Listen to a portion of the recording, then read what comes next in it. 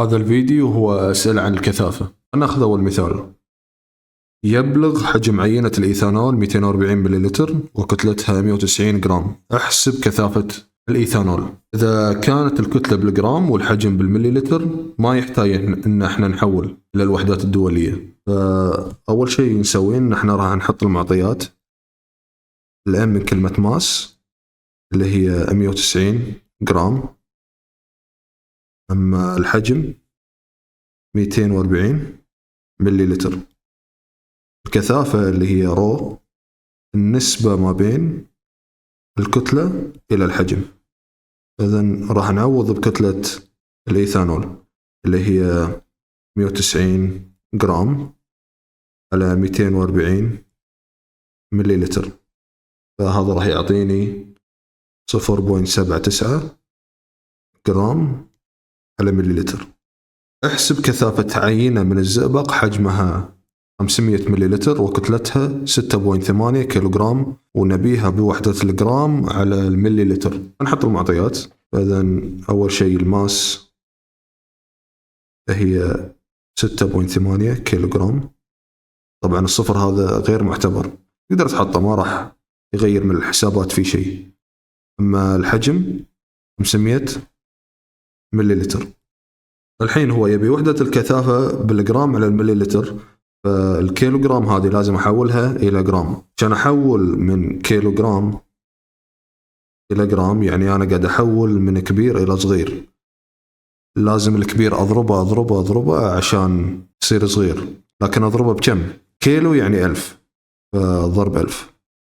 فإذا خلونا نعوض. راح نقول إن الماس هي 6.8 ضرب 1000،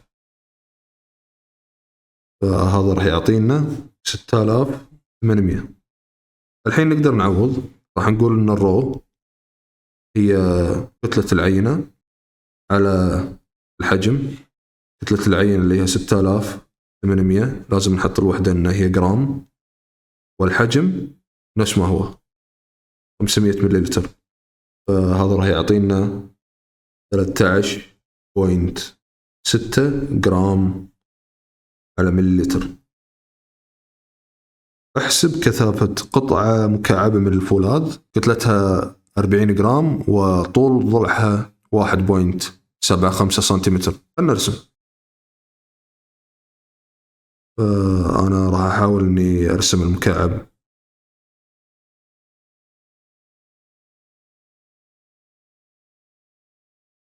هذا المكعب هو من الفولاذ. قال لي إن طول الضلع 1.75 سنتيمتر، أما الكتلة معطيني إياها 40 جرام. في شغلة لازم تعرفها عن المكعب. لنفرض أن هذا الطول، هذا العرض، هذا الارتفاع. المكعب الطول يساوي العرض يساوي الارتفاع. بما أنهم متساويين نطلق عليهم رمز موحد مثل L، فالطول L والعرض L والارتفاع L. الحجم هو الطول بالعرض بالارتفاع، لكن راح نوحد الرموز L ضرب L ضرب L. في حالة ضرب المتغيرات راح نجمع الأسس. فإذا 1 زائد 1 زائد 1 يعطيني L تكعيب. فراح نقول إن الرو هي الماس على الفوليوم. الماس 40 جرام والفوليوم اللي هي L تكعيب. راح نعوض بالL تكعيب 40 جرام نفس ما هي، والL اللي هي طول الضلع الواحد 1.75، وراح نرفع للأس 3. طبعا لازم نحط، الأفضل إنك تحط سنتيمتر سنتيمتر وبعدين نرفع للأس 3. هذا راح يعطينا إن الرو 7.59 جرام على السنتيمتر المكعب. ليش سنتيمتر مكعب؟ على سبيل المثال إذا عندك سين فلنفرض أن 2 سين ورفعته للأس 3، فالأس هذا راح يتوزع هني ويتوزع هني، يصير 2 أس 3 س أس 3. نفس الشيء بالطريقة هذه. على فكرة السنتيمتر مكعب هو نفس المليلتر، بالتالي تقدر تكتبها بالطريقة هذه 7.59 جرام على المليلتر. المنطاد بالون كبير يمكن استخدامه لرفع الأشياء أو عرض الإعلانات. يبلغ الحجم الداخلي للمنطاد 10 متر مكعب ويحتوي على 1.8 كيلوغرام من غاز الهيليوم. 2. احسب كثافة غاز الهيليوم داخل هذا المنطاد بوحدة الكيلوغرام على المتر مكعب. فإذا أول شيء راح نسويه إن احنا نحط المعطيات. قال لي إن الحجم 10 متر مكعب، والماس اللي هي الكتلة 1.8 كيلوغرام. بما أن عندنا كيلوغرام اللي هي الوحدة الدولية على الوحدة الدولية اللي هي المتر، فما يحتاج إني أحول إلى أي شيء. فإذا راح أقول إن الرو هي الماس على الفوليوم. الماس اللي هي 1.8 كيلوغرام والفوليوم 10 متر مكعب. لما نحط هذا بالآلة الحاسبة راح يعطيني 0.18 كيلوغرام على المتر مكعب. تحتوي أسطوانة على غاز ميثان حجمه 250 سنتيمتر مكعب وتبلغ كثافته 5.5 ضرب 10 قوة سالب 4. احسب كتلة غاز الميثان داخل الأسطوانة. احنا نعرف ان قانون الكثافة رو هي النسبة ما بين الكتلة إلى الحجم. الحين احنا نبي الكتلة، نحطها بمثلث عشان ما ننساها. شرطة الكسر هذه راح أحطها بالمثلث، الأم فوق وتحت. أما أنك تحط الرو هني والفوليوم اليمين أو العكس، لأن الضرب عملية بدالية فما يفرق إذا بدلت بينهم. احنا نبي الماس، نبي الكتلة، وبالتالي راح نقول أن الماس هي حاصل ضرب الكثافة الحجم. الكثافة معطيني إياها 5.5 ضرب 10 قوة سالب 4 جرام على السنتيمتر مكعب ضرب الفوليوم 250 سنتيمتر مكعب.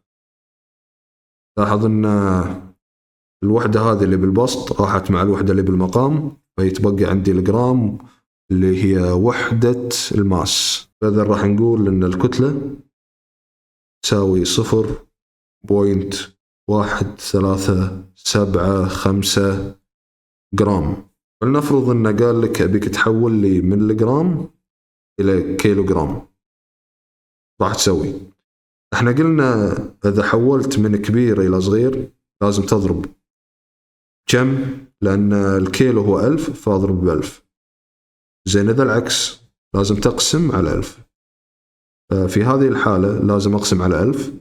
فلما أقسم على 1000 راح أقول 0.1375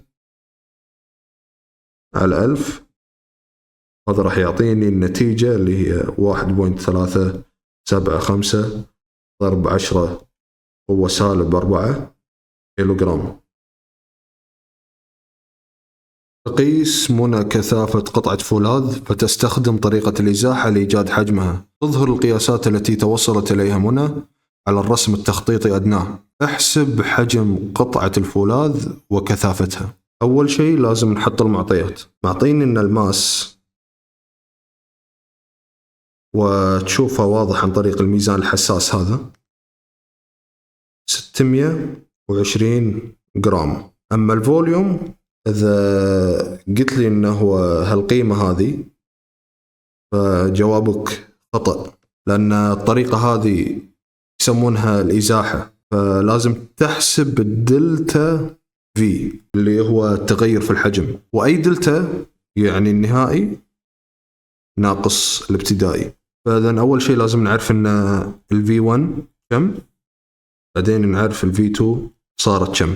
الV1 اللي هو حجم الماء قبل ما نحط قطعة الفولاذ، وهني واضح بالتدريج شلون نوصل لل100.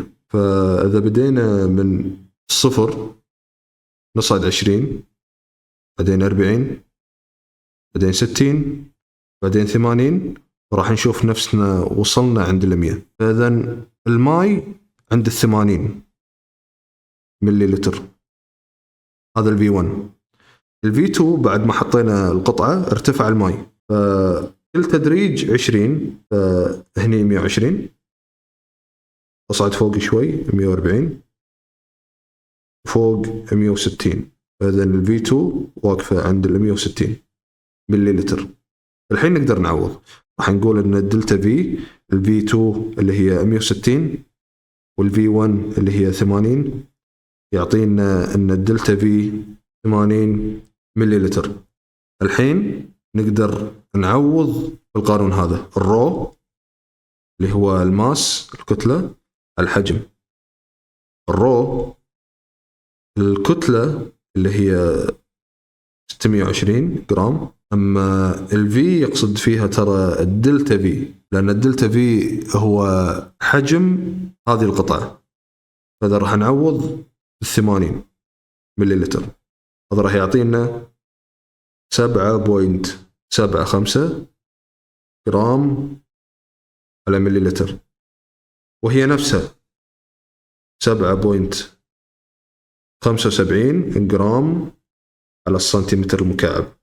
لازم تعرف أن 1 ملي لتر هو نفسه 1 سنتيمتر مكعب.